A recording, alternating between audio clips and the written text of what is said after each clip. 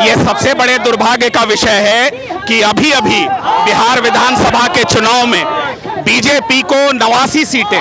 जदयू को 85 सीटें, राष्ट्रीय जनता दल को 25 सीटें, कांग्रेस को 6 सीटें, एआईएमआईएम को 5 सीटें, लेफ्ट को 2 सीटें, बिहार से 30 सांसद, 12 राज्यसभा सांसद, 8 केंद्रीय मंत्री, दिल्ली में केंद्र की सरकार, दिल्ली में राज्य में बीजेपी की सरकार, बिहार से देखिए गृह राज्य मंत्री भी बिहार से, 8 केंद्रीय मंत्री भी बिहार से, दिल्ली पुलिस भी केंद्रीय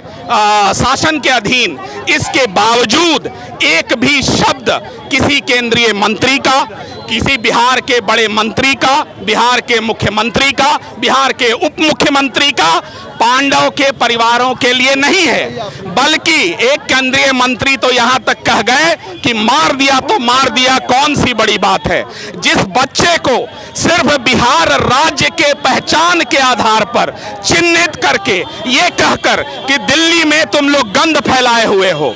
मार दिया जाता है, पॉइंट ब्लैंक पर कोल्ड ब्लडेड मर्डर कर दिया जाता है। आज कम से कम उन केंद्रीय मंत्रियों को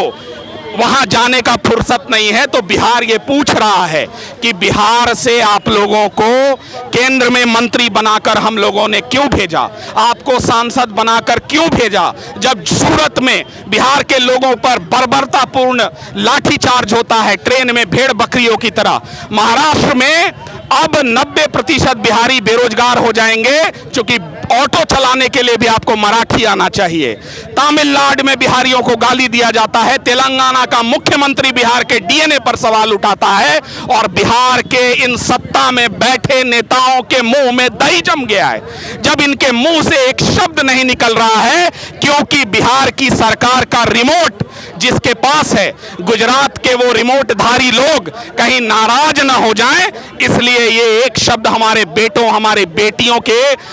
पर जब अत्याचार होगा तो नहीं कहेंगे। तो याद रखिए, डीएमके के साथ न्याय आज हो गया है, रेवंत रेड्डी के साथ न्याय होगा, और 2029 और 30 में बिहार की 13 करोड़ जनता आप लोगों के साथ भी न्याय करेगी। और आप ये मत सोचना कि बिहार में कोई विपक्ष नहीं है, बिहार में विपक्ष है, और विपक्ष यहाँ इस कारगिल चौक पर, दिल्ली के जंतर मंतर पर हर जगह आपसे भिड़ेगा, हर जगह आपसे लड़ेगा, और बिहारियों की आवाज को आप दबा नहीं पाएंगे। देश के किसी भी हिस्से में बिहारियों के साथ कुछ भी हुआ, बिहार की अस्मिता से खिलवाड़ का आपने अगर प्रयास किया, तो जन सुराज खड़ा है, आपसे प्रश्न भी पूछेगा, आपको सड़क पर भी घेरेगा। आप निश्चिंत रहिए।